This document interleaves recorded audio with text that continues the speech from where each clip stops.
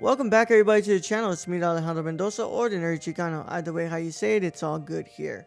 And we're back again for another recap as I continue my journey through the March Around the World 2024 Letterboxd Challenge, where the goal is to watch 30 different films from 30 different countries. And as always, I hope everyone's doing well. I hope that everyone is happy, healthy, watching some films and getting through your physical media collection. It has been quite the month for things that have been dropping. Lots of cool stuff have been having released, so I hope you all are getting through that. And as well at the theaters, there's a lot of cool stuff happening at the theaters as of late. But as always, I hope you all are doing well. And if you are new here, please make sure you subscribe to the channel, click the notification bell so you don't miss a single piece of content that drops on the channel, and leave a like on the video, as all that helps me out so much.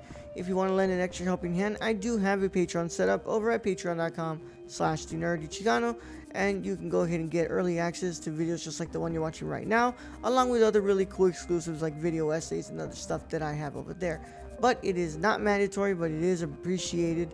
Either way, if you want to continue to support by watching this video, leaving a like, subscribing, and all those things, that is fine. But if you want to go ahead and help out over there, you can. Either way, I just appreciate you being here. Now, let's go ahead and look at the films I watched from March 8th through the 14th as part of the 2024 Letterboxd March Around the World Challenge. Before continuing, I do want to apologize. It seems that I am copying my friend Gabby Bell with this way that I'm holding this mic, but I got tired of having that stand right in front of me and I have to talk like this. So let's go ahead and go like this. This is also the second time I'm making this video because the first time it was out of focus, and that's why I'm here in my room doing it instead of my office. So let's go ahead and look at the first film that I watched on March 8th, starting off this week from Poland, from director Paweł Palikowski, from 2013, and that is his film Ida. The synopsis reads: Anna, a young novitiate in 1960s Poland, is on the verge of taking her vows when she discovers a family secret dating back to the years of the German occupation. This is Paweł Palikowski's an award-winning film from 2013, which won him the Academy Award for Best Foreign Language Film at the Oscars. And I have watched the film Cold War from him, which is his Academy Award nominated film, which was fantastic, and I thought it was really good. So I decided I wanted to get to Ida, since it is another one of his movies, and I liked Cold War so much. I have to say I was not as big on Ida as I was on Cold War. Ida looks incredible. It has some beautiful cinematography in black and white.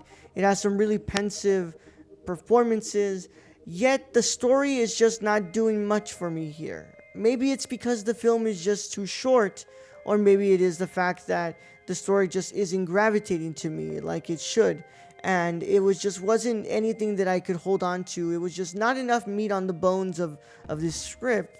Yet Paweł Palikowski does do a great job at directing this film and giving us a beautiful cinematic language behind it. It just didn't do much for me in the narrative department. On March the 9th, I watched Ixcanul from Guatemala. This is a 2015 film from director Jairo Bustamante. Maria, a 17-year-old Caciquel Maya, lives with her parents on a coffee plantation at the foot of an active volcano. She is set to be married to the farm's foreman, but Maria longs to discover the world on the other side of the mountain, a place she cannot even imagine, and so she seduces a coffee harvester who wants to escape to the USA. When this man leaves her behind, Maria discovers her own world and culture anew. This was pretty good from Jairo Bustamante, but was just not as good as La Llorona from 2019. I love the performances, especially from Coroy and Talon, but I just wasn't really gravitating that much to the story like his other films I have seen. And I have to say, though, the imagery is fantastic. There's some great cinematography here, and I believe he is shooting on film, so it gives it a really nice atmosphere. But I just don't really I didn't really find this film to be as fulfilling as some of his other work. But nonetheless, it does look really good, and it does have some really interesting moments and some really interesting themes to discuss, like indigenous identity and gender norms, and especially the way that religion has a part to play into it. And I think it was a really good film with its thematic representations, just was not as strong as other movies that Hayao has made before. On March 10th, I went ahead and I watched a German film from director Christian Petzold. It is his 2020 film Undine, and the synopsis reads: Undine works as a historian lecturing on Berlin's urban development. When the man she loves leaves her, the ancient myth catches up with her. But falling in love anew, Undine reworks the myth of the mysterious water spirit as a modern fairy tale in a disenchanted world. I love the films of Christian Petzold. I really liked Transit, and it ended up being one of my favorite movies of the year it came out. And Phoenix is one of my favorite movies of all time. So I wanted to finally watch his 2020 film Undine. And I have to say, Undine is really, really good.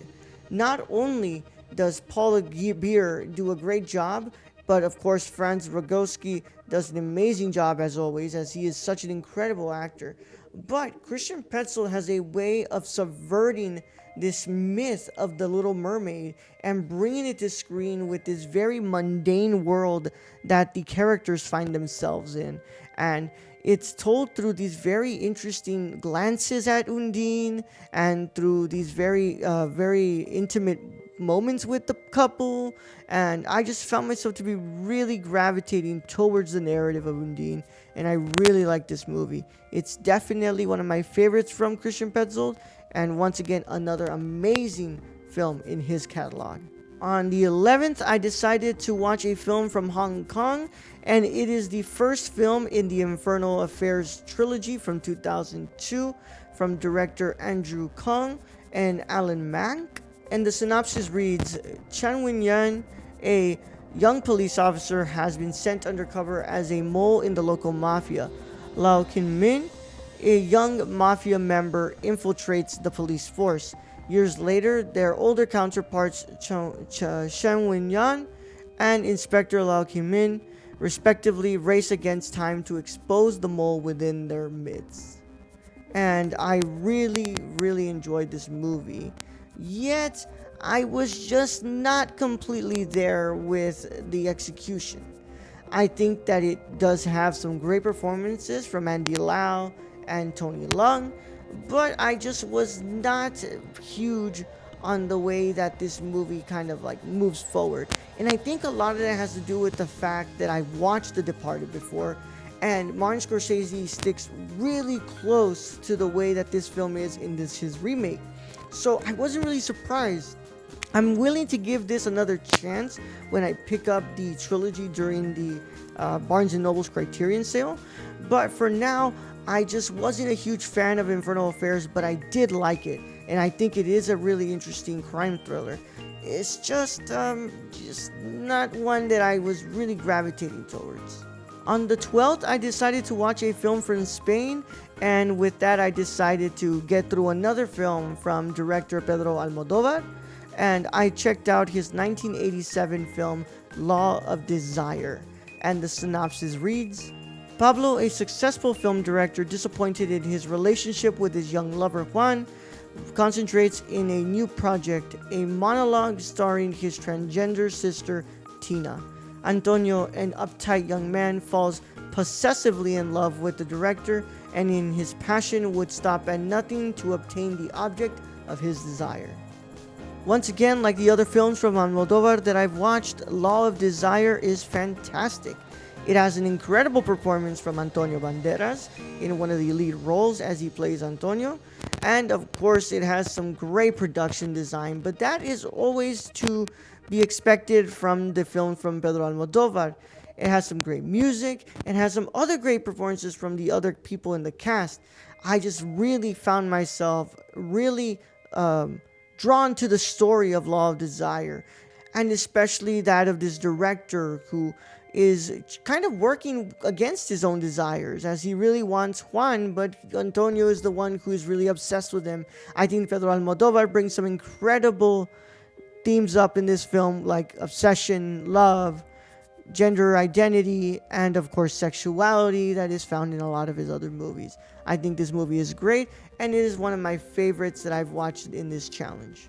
On the 13th, I watched a film from Colombia, and it's called Embrace of the Serpent, from director Ciro Guerra, and it is from the year 2015, and the synopsis reads: the epic story of the first contact, encounter, approach, betrayal, and eventually life-transcending friendship between Karamakate, an Amazonian shaman, last survivor of his people, and two scientists that, over the course of 40 years, traveled through the Amazon in search of a sacred plant that can heal them, inspired by the journals of the first explorers of the Colombian Amazon, Theodore Koch Grunberg and Richard Evans Schultz. Wow, I loved Embrace of the Serpent.